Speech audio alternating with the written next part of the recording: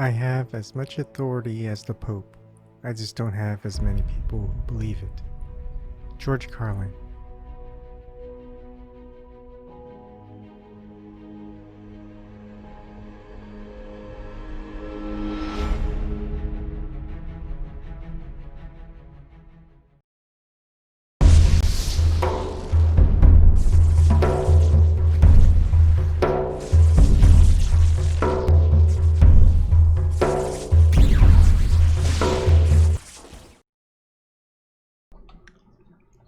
Good evening, everybody. Just before I start this live stream, at least the topic, just to let people know that my main YouTube channel again is copyright strike. It's back to back. The timing is very interesting because I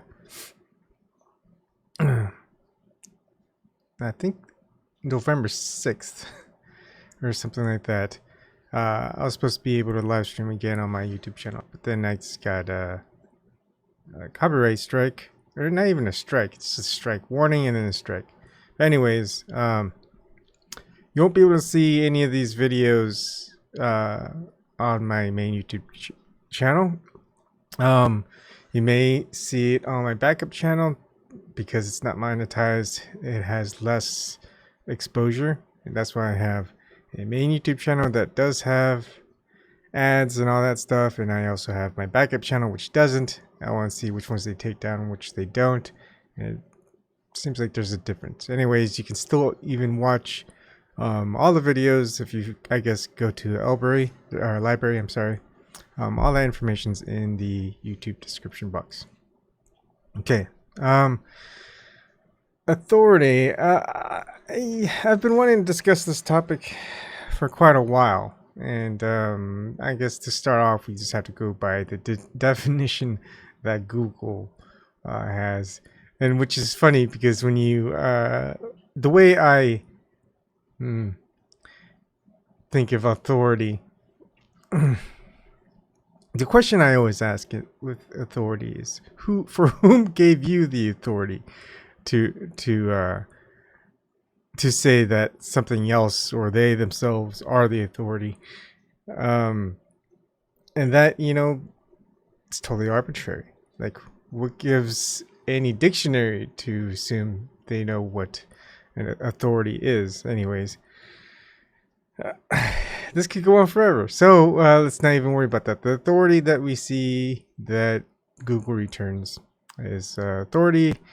One is the power or right to give orders, make decisions, and enforce obedience. Similar is power, jurisdiction, command, control, mastery, charge. 2. A person or organization having power or control in a particular, typically political or administrative sphere. Similar, officials, officialdom, the people in charge, the government. I think that's just so funny. But, you know, that's what a lot of people do submit their authority to.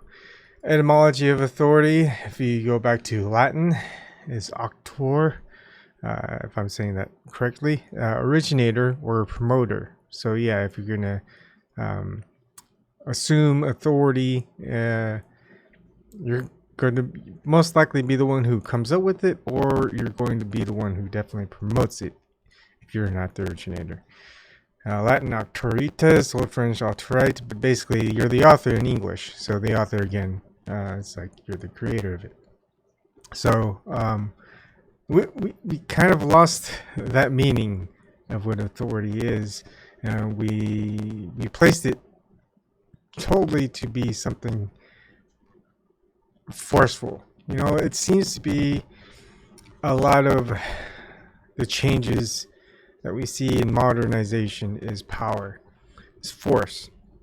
At least force being the equivalent of what power is, but that actually isn't the case. We can have as people with as much force, let's just say, as they can, but sometimes they just don't have the power to do or change anybody, especially those who don't submit to them as authority. And there's just a lot of things that, like for me, when someone points to an authority, like in some comment, reply to a comment, someone will just link, right, to some article from .gov or some science journal, or to a news site or some article or whatever, and they go, they don't even want to explain, they don't even want to talk about it. They go, this is an authority.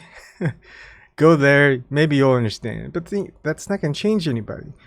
Although the change actually comes by mentioning to them any type of hypocritical stance that they have. Let's say someone replies to saying that this science article, and this scientist who did some research on it, wrote a paper, wrote a journal, got their research published. And then, so they go, well, look, here's the stance. This is what science says. And then they don't realize, hey, that scientist that published that journal or that research, they went back on it and said, no, that it was clearly wrong. Because that was something a while ago, and that scientist obviously states in multiple instances and even in videos or something, more research needs to be done, blah blah blah blah blah. But they're kind of going back, well, I guess my authority is in what the person did before, but not what they're doing currently, etc.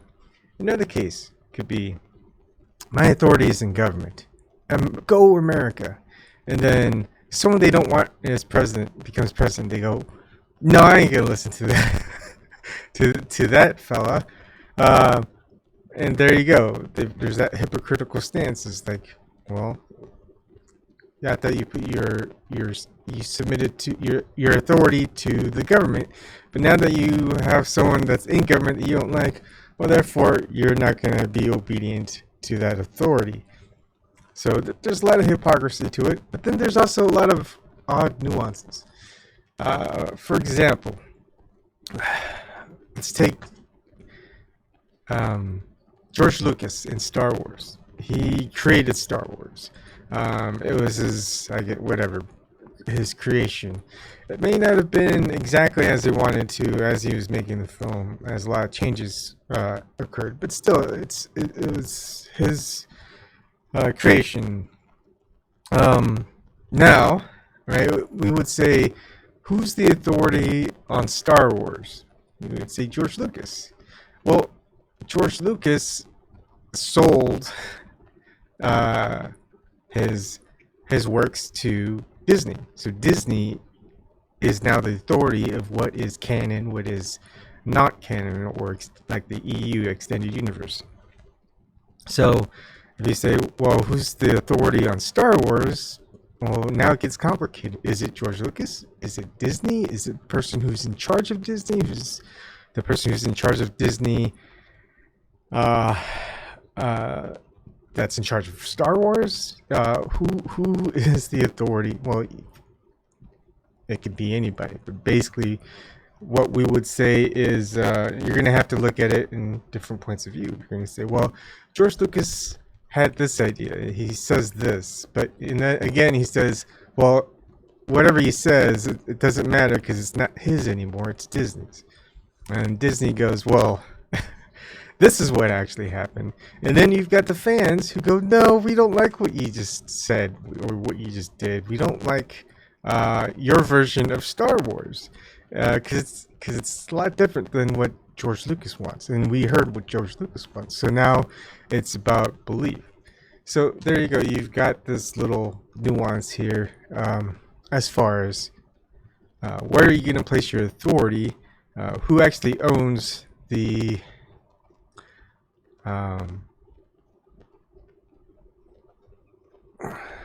I guess, yeah, the best way to say it is, who is the authority? Like, is it the originator or the promoter?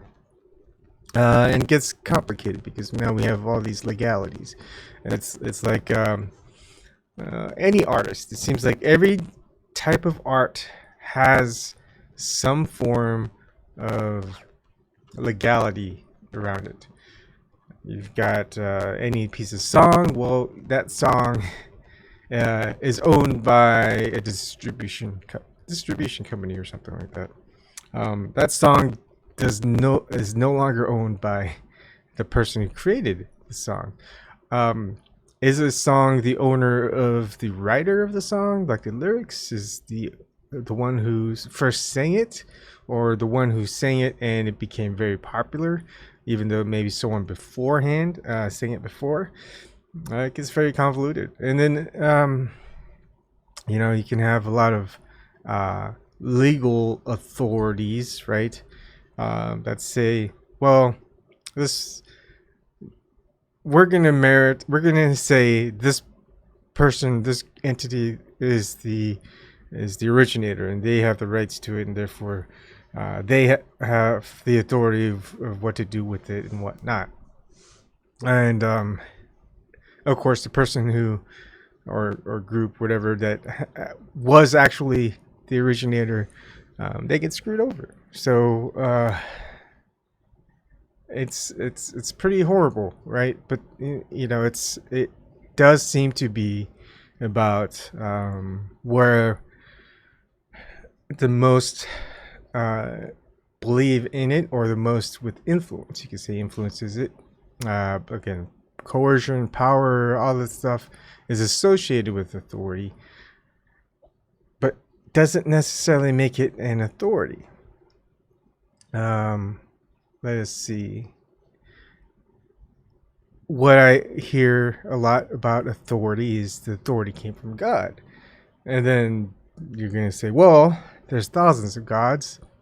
There's many religions. So from which God, from which religion?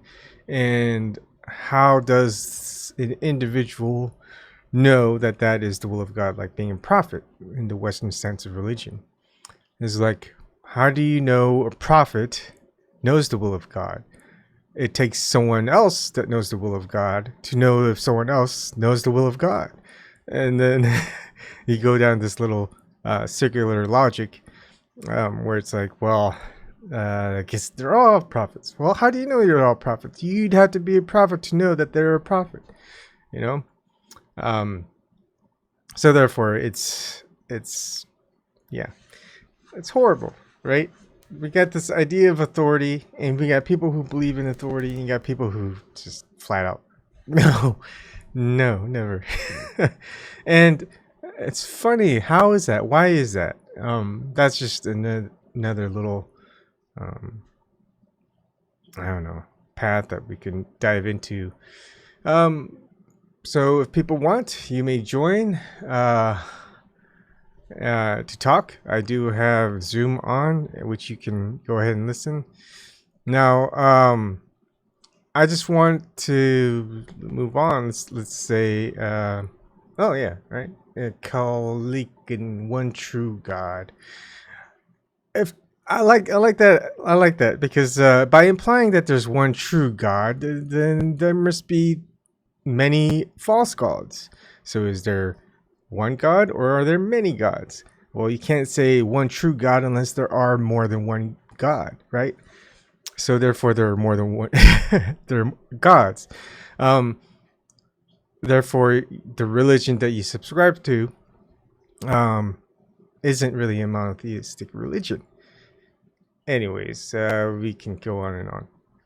The image I think I enjoy from Google is all these little associations with it. Power is always the first thing. And what is power? Is it through the use of force, coercion? Is it influence? Is that just another fallacy that's associated, that we associate with authority today? Is it the same thing? Because some would say might is right, but then we see, the biggest, the strongest, or at least the best fighter would be in power, but we don't see that. We see the people in power, they're old, they're pretty weak. They don't enforce whatever it is that they legislate or say. They have other people do it. So we don't see as force being power or authority. Someone has to believe what someone says and do it for them, and therefore that whatever it is that they dictate tries to be executed. So it's very, very interesting what people dictate as authority, and you get to understand a person, and you can change them by understanding what they submit their authority to. So I guess if there was any goal, if I wanted to do, is just to engage them in trying to get them to understand that the authority is actually themselves. Because if you are adamant about something, like say some people are very adamant about Christianity or their religion, whatever it is, and they're adamant that there's no authority but that religion, or maybe the Pope, for Catholics, that's their authority, and anyone says anything else, nope, the Pope said this, he's my authority, therefore I'm not going to do anything. That right there, your choice is your authority, where you submit to, because no one else is going to change it, right? The only one who can change it is yourself. So that's what people don't realize, and you're welcome when I change your mind, even though you would say, no, you didn't change my mind, but your mind will be changed. Okay, so one of the other things that I do enjoy thinking about with authority is who, like, say you're in charge. You're never really ever put in charge. You always have to somehow become an influence to be put in place of authority, or how we consider authority today. Being in a position of say being in the government, right? In the United States, of course, you're going to have to run, and therefore, in order to be placed in some type of authority, you're going to have to go looking for it. No one will say, "Hey, you're in charge." It's like, why would I be put in charge? Why would I want to be in charge of anyone? It's like, no, right there, it's not going to happen. So therefore, you have to seek authority in a sense of authority being power. But since that's not what authority is, you're when you're put in charge of authority, you're basically put in charge of yourself. And how you decide what authority is how you're going to react with other people.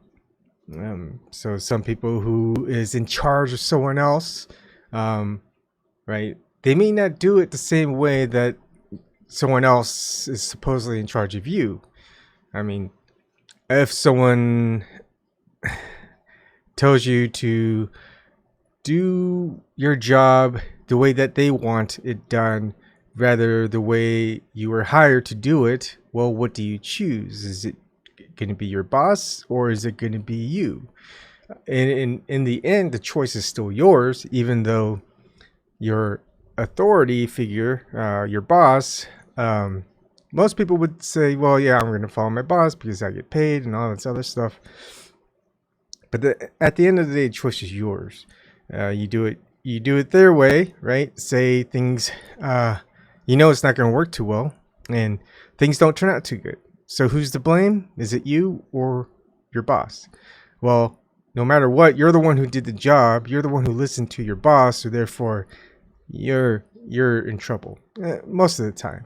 Now, if you're in some military, chain of command, it's supposed to be the same way, because the commercial industry is very much similar to that of the military as far as the chain of command goes. Not saying that that's the correct way, but that's just the way it appears to be these days. But still, the subordinate, the person who's not in charge, not the authority figure who executed the commands of their command, boss, whatever it is, even though their boss may be in trouble, you, as the person who executed it, are the one who is ultimately responsible. So therefore, what do you do? Do you always follow authority, or do you follow your own authority? Oh,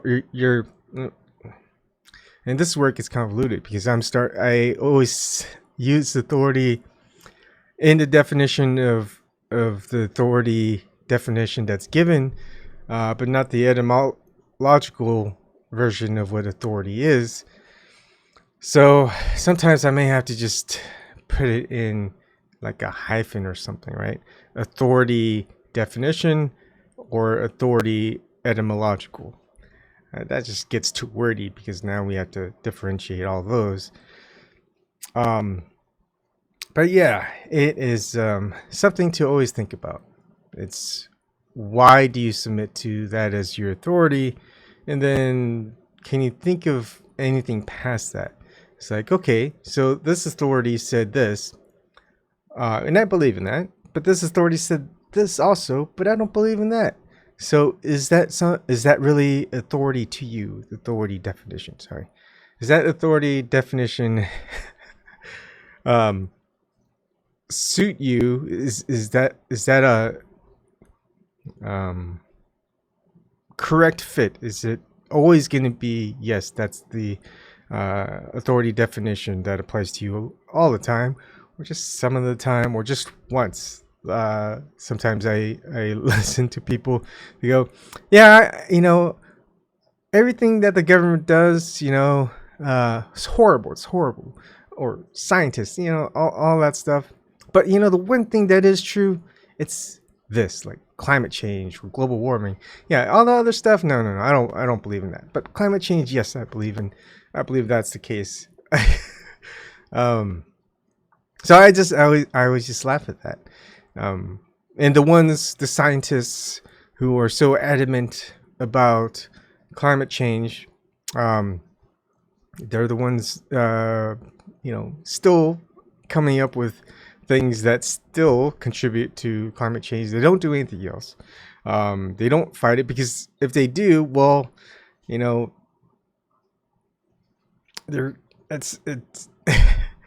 nothing that they can change, right? It's like everybody can make a difference with their environment, make it better, but they don't. They say, well, once the authorities say force us to do it, then we'll do it. Well, the authorities that you submit to is never gonna do it, because they don't want to do it, and because they know that, well, you submit your authority to them, that they're not going to get any resistance from it. So therefore, it's just going to keep going. And whenever you see, here's the number one thing to always look at in terms of whether you should put merit in something or not. Something takes way longer than your lifetime to take effect. Global warming, the history happened hundreds of thousands of years ago, but it's gonna happen more rapidly this time. But even though it's rapidly, you're not gonna see it till you're pretty much dead. But your children and your grandchildren are gonna experience it, and then your children, your grandchildren, right? They come along. They go, well, I remember they're saying that we're gonna have the what's that thing in Seattle? The Space Needle is gonna be like 100 feet underwater, and by 2010, and 2010 comes along, it's nowhere near underwater. It's like, well, we made changes, so it's going to be in 2060. And 2060 comes along. Well, right, the changes in legislature and whatever. Yeah, it's going to be 2120 or something like that. They're going to keep moving the goalpost, and that always cracks me up. Let's see, another thing that that probably makes me laugh the most is the idea of gosh, how do I explain it?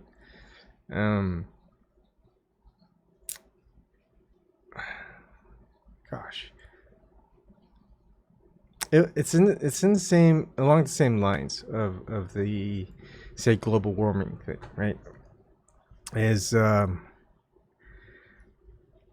there's always some sort of analysis saying, well, here's evidence, and it's just like the end of the world. It's like the end of the world, right? Every religion, science is kind of the same thing, and your authority on where you submit your authority on science. Here's the thing: do you submit it on the foundations of science, or the authority of those that publish science, right? Like, how, say a scientist does a lot of great research, but every time that scientist tries to publish something, no one wants to publish it. The science journals don't want to publish it. Universities don't want to publish the research.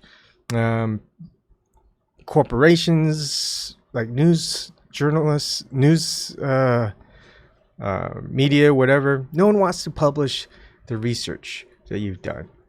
And all of the research that you've done can be reproduced, and that's critical in science and scientific research, is the reproducibility of it. So, do you still put your authority in science then? Because obviously science isn't the one that's failing. It's your submission to the authority of those who are in charge of acknowledging as scientists. It doesn't even have to be scientists, acknowledging some individuals' contributions to the research in science. And additionally, what is the end goal of what science is trying to do? Science is trying to make people understand the nature of this world, of any world, really. And so, is your submission to authority, again, the ideal or concept of science? The ones who are in charge of monitoring and publishing, editing and publishing, and contributing to the scientific research that's been done to better explain how certain things work in nature and whatnot? Or in the end, what all science is doing is getting you closer to understand how nature works, and therefore is your submission to authority just nature itself, the world, how things are, and therefore since you are part of that nature, you have authority. Your authority is just naturally given. Know when you are born, who has authority over you? Your parents, your government, the ones like the religious people that your parents may submit to. Who has authority over you to do with whatever they want? Most likely, you have no authority until you can stand up to whatever entity it is and saying pretty much no. It's like, I'm aware of the consequences of not listening or doing what you want me to do, but I'm gonna say no thanks, I pass. It's like, well, if you don't do it, well, just like my kids are one day gonna just say, no, I'm not gonna listen, I don't want to do that. It's like, well, then you don't get dessert. It's like, that's okay. I still don't want to do it. Well, you don't get any like pad time, like computer time or anything like that. That's fine. So you're grounded. It's like, well, I'm still not going to do it. It's like, at that point, it's like, a lot of people would be very angry. But then I think for me, I guess to not be a hypocrite, I would say, okay, you know what? That is a very, very strong choice. How can I argue against it? Especially if there's reasoning behind it. It's like, yeah, so I just became, I was on a power trip or something. It's like, good call, right? It's something you can be proud of. So, it's very much like that. It's, where do I submit my authority? If you're asking me, it's like nature, I guess, which includes and extends to myself. That's kind of it, right? It's like I don't really have an authority. If someone finds out something about something, it's like, and I experience it, or if I look into it, and go, sounds good. I think that's legit. It's and in the end, it's like someone asked me, "Hey, can you tell me where to look for, who to listen to for this stuff?" And I said, "Well, I read this, I listened to this person, I disagree with this thing, but I agree with that." But in the end, what I'm going to tell you is, you could listen and read all these things that I've provided to you from what I've looked into. But there's a reason why I suggest these works. And the reason why is because of my personal experience, which is the end all of what basically makes up my mind. And I'm sorry to use all these euphemisms or whatever you want to call them, these types of words. I have to use the words that I have. So therefore, it's something that you need to figure out, and no one's going to figure it out for you. I could tell you exactly what something is, but it's not really that, because if it really was that, I would just say it's that. And that's where we get to very close to, I don't know what you would call it, Tao, Gnostic, spiritual, shamanistic, whatever it is. I don't know. It's those things that, well, I experienced this. I never read anything about it. I never listened to anything about it. Then something happened, and therefore I went searching. It's like, what just happened? What did I experience? And then I look and go, well, some people are saying this. It's not that. Some people say this. It wasn't that. And then some people said this, and I'm like, whoa, that's what I experienced. Now I kind of understand that there's some origin to it, some connection, whether it's true or not, correct or not, it doesn't matter. These individuals, these stories, mythologies, these works, whether it's film or in literature, these things pretty much describe it to a T. And it's like, okay, now we're getting somewhere.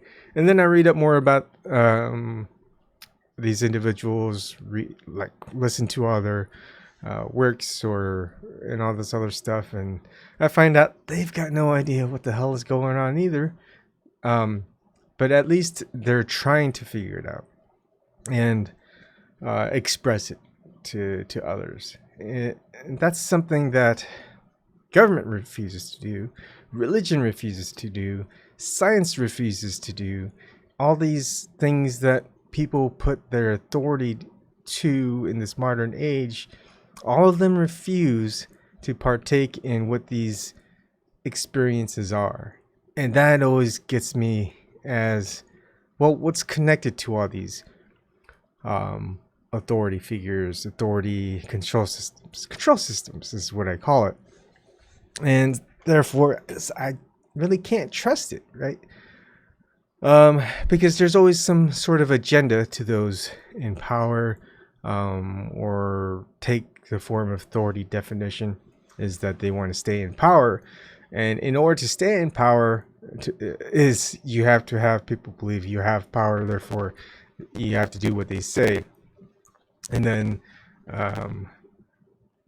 but once you get past that illusion, you realize they have no more difference in power than you.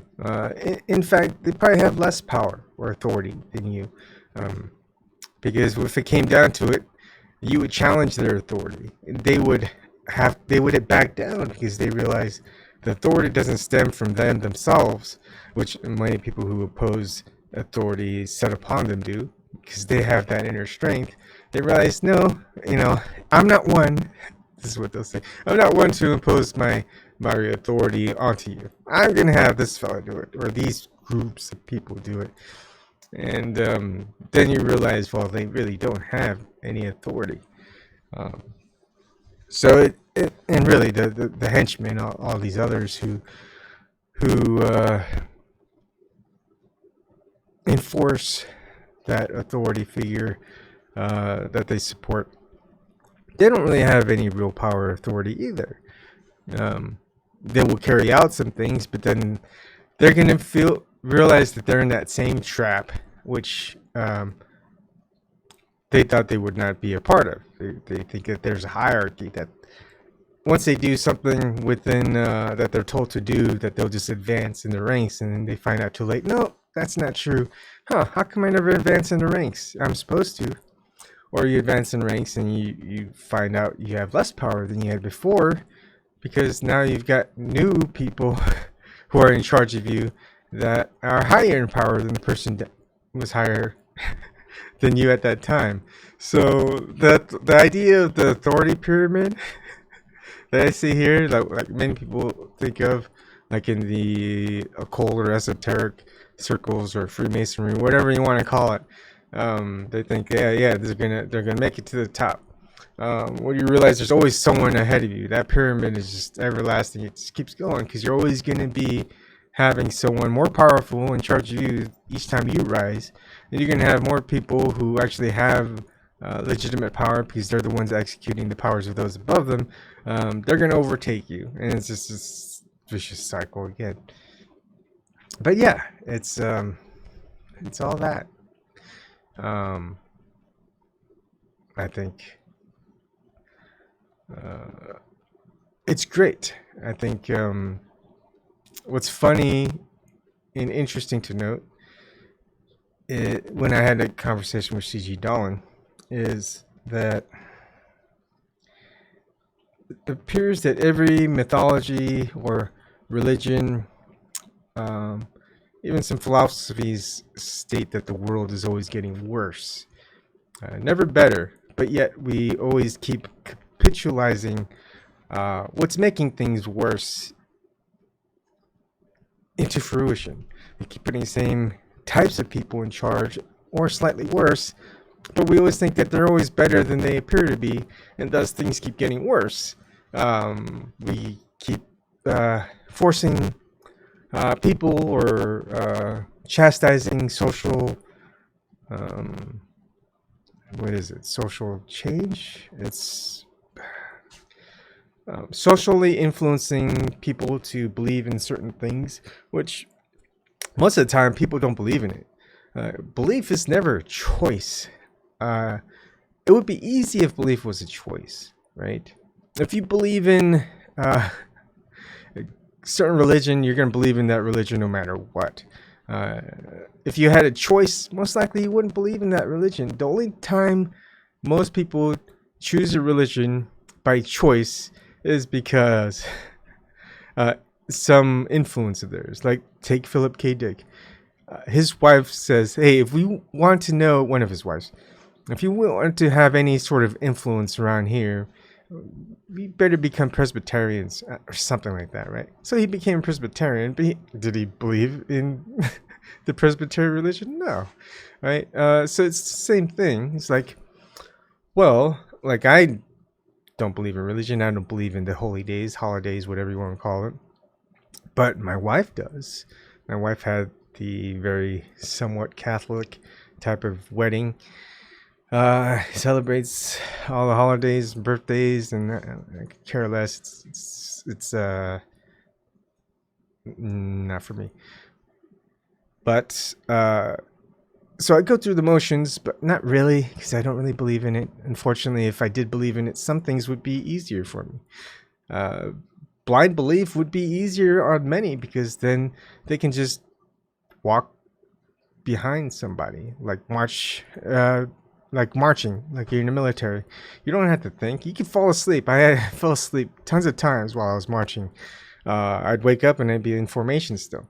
It's like, that's how just belief is. You just you don't even have to think about it. It's just muscle memory. Therefore, that's it. I mean, just think of, like, I don't need to know anything about this. If you're watching on YouTube live stream, probably the only one watching, Carlin. I'll bet you if I clicked on him, he has no videos. He probably has a couple subscribers, but somehow he's joined and just really wants to influence the Christian exoteric religion. Probably hasn't ever seen any of my other videos in the past, or he's just a Smurf with a different name, and all this other stuff. But yeah, it's like, where do these people come from? Why do they always want to monitor or watch something that they totally disdain? When I'm talking about things that are not of this control system of a church. What else could I say about authority?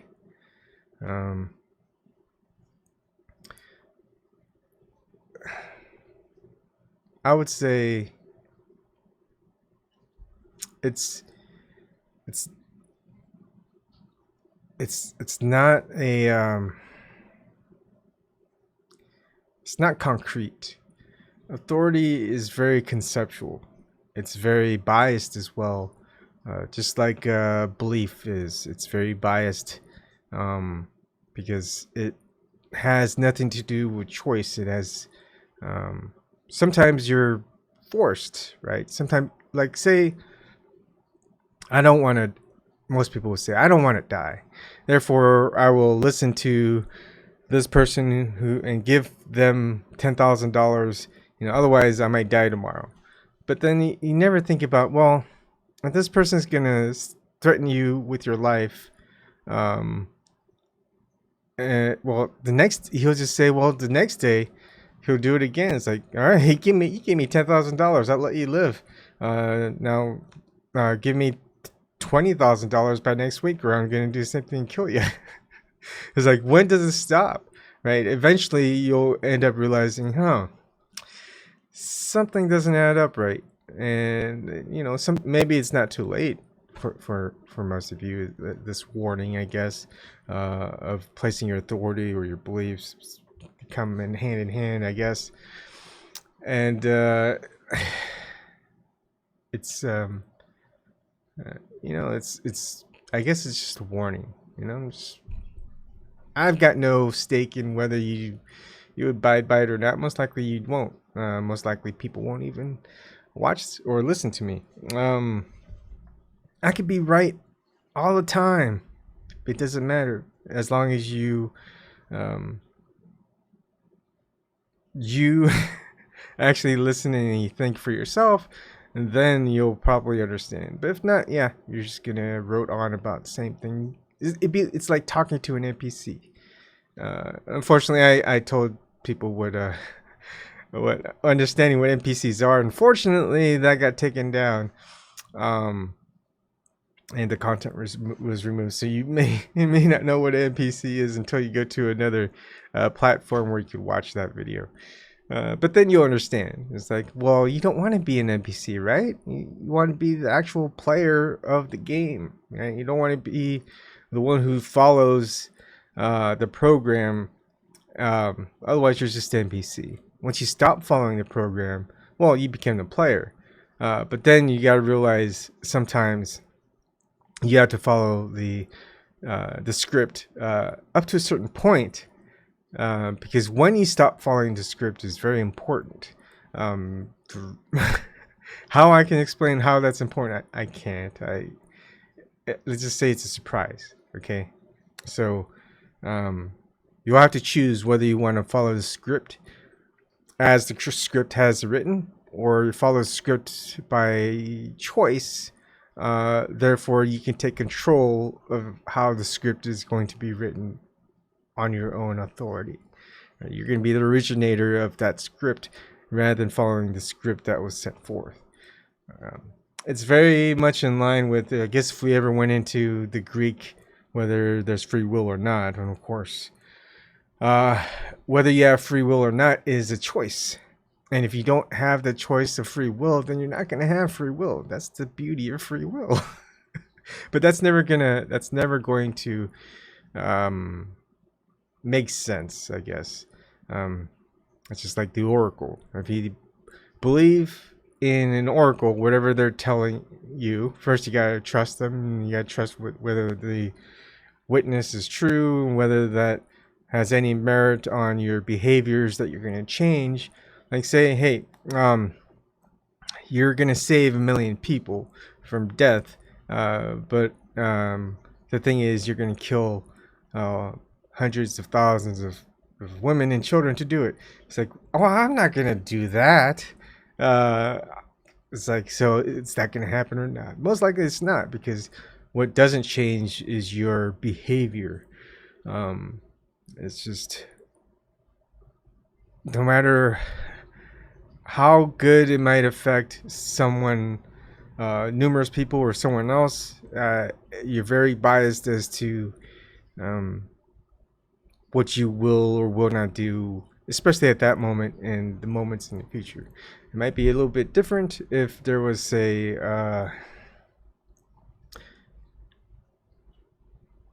some other sort of justification where it might change your mind. That's very difficult for many people to fathom.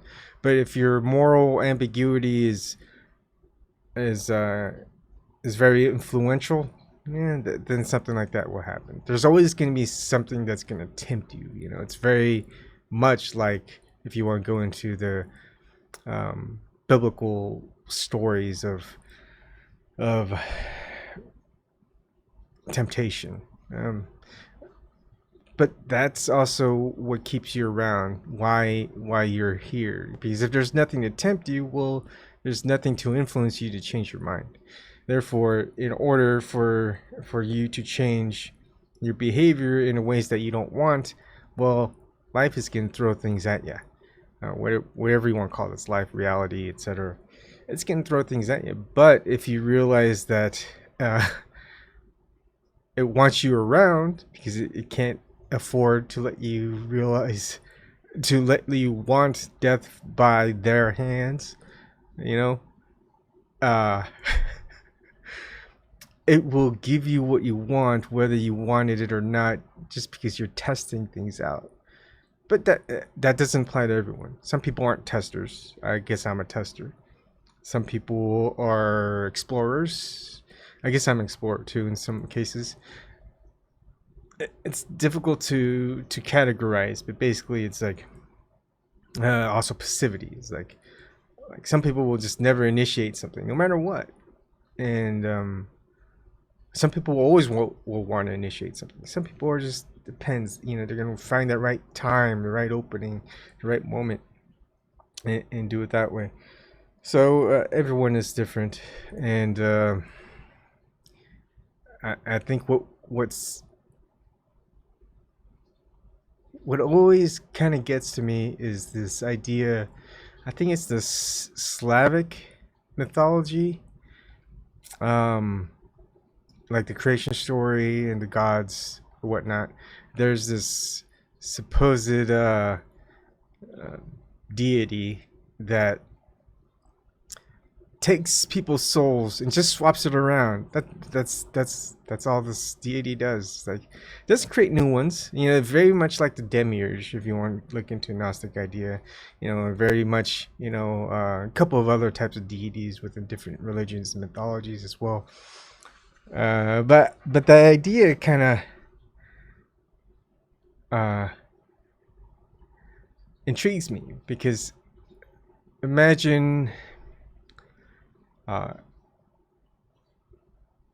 being in someone else's shoes, someone you might have wronged, right? It's like, well, why did this person do it to that person? You know, let's put that person into this other person's life that they supposedly ruined, and see what they do with it, right? And how they react, because it's gonna be interesting. Because what we end up finding is that this essence of individual, or whatever you want to call it, stays the same no matter which body and situation that they're in. It's like, there's something to this thing, right? It's like one fun way to think about it is put say a heroic figure from a story. Put Luke Skywalker in the role of Bilbo Baggins or something, or Frodo Baggins, right, in Lord of the Rings. Put Luke Skywalker in the role of like Indiana Jones. Like, how would that influence that character, and how that what's interacted, the end result of certain story arcs. So, I mean, the potential is vast. Or even characters within the same story. Put Princess Leia in Luke Skywalker's stance. And the entire story revolves around Princess Leia confronting Vader, and that his daughter, or she's his daughter, and all this other stuff. So it's gonna be vastly different because of just the decisions that that person makes, regardless of situation, regardless of the reality that they're in, or fantasy, whatever you want to call it. You know, I guess the next thing, this is kind of long-winded, and I didn't mean it to be. So the next video I was thinking of doing is symbolism. It's very much authority. If you want to understand symbolism, you're going to have to create your own symbolism for whatever the symbolism is about that is referred to. Just very much like making up the definition of what authority really means. Authority definition, authority etymology, authority as far as what others believe to be, what others accept, what you yourself decide is, and therefore whatever. It's just you'll have all these content creators who are researching the same thing. They would never agree on symbology, because symbology is meant to be interpreted differently, because to symbolize something that's I mean, think of it. All right, it's like a snapshot in what we call time, right? Take any picture of you, right? Take any picture of you throughout your entire life that symbolizes you, the entirety of you, in one picture. That's what a symbol is. That could be vast. It's endless, and different people can interpret it something else. It's like they don't experience it from your point of view. They only experience it from what they see. So whatever your memory is of that moment where that snapshot was taken in your life, that picture, someone else goes, wow, you look sad. It's like, well, I wasn't sad. That was the happiest moment of my life. That's why I chose that picture. And so the interpretation of that person is going to be vastly different from what the reality was, because it's just a snapshot. They don't see anything else. They don't know any of the other context. Therefore, all symbolism is just a snapshot of something that was experienced, and that doesn't give the entirety of what that experiential thing was. So when people put so much effort into symbology, again, it's just another vicious circle. But it's a fun vicious circle. It's a circle you can make non-vicious. It's a circle that you can have fun with, and that's all we're, I guess, here for, right? We just want to have fun. If you're not having fun, well, why are you still here? What's important to you? To have other people have fun? You just want your kids to have fun, your family to have fun? Yeah. But you also want to have fun. Otherwise, it's no fun making things fun for them. So it's if we want things to get better, we need to stop doing things and taking things so seriously when everything is not serious at all. Like if you have no money, you have no home, got no one you care about or you think cares about you. If for some reason, instead of dying, starving, whatever, you end up finding food, something to eat. You end up finding people who end up caring for you, that you end up caring for them.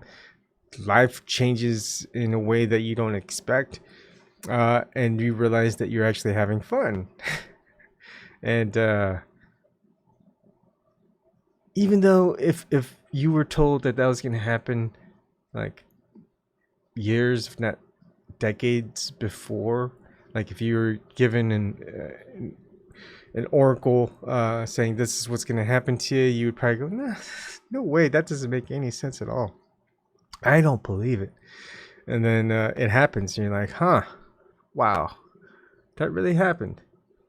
I mean, are you going to explore? Are you going to look into it? Or are you just going to ignore it and say, just like science today, it's like, that's an anomaly. Well, we'll just move along, keep going, not look into it. It's an anomaly. That's what anomalies are. Stuff you don't look into because it doesn't fit in with the beliefs of the world or universe, whatever you want to call it. I always thought words were also funny because you've got universe and universities. Anyways, I ramble on a lot. Thank you for joining me. If you listened this long, I haven't been making a lot of videos because I just didn't feel like it. I don't have much fun in a lot of these videos, but I am having fun with this one. Hi, Kelly Lane. Haven't seen you in a while. Hope things are good. If you want to join me, just have a chat. I'm okay with that. I'm about to just log off. I know you care very deeply about the government situation, political atmosphere, and all that stuff, but in the end, it's also a big joke, I would say. A very bad one. Not to say that all jokes are funny, but bad jokes can be funny. So maybe just say unfunny joke.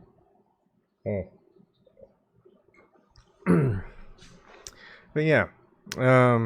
Symbology is going to be next, which is pretty much non-symbology because it doesn't symbolize what someone else that you would take for an authority says the symbol is, right? So again, we've got this connection with symbology, and we've got this connection with authority, because symbolism for something doesn't mean anything unless you give authority of someone else and merit to what they say the symbolism means.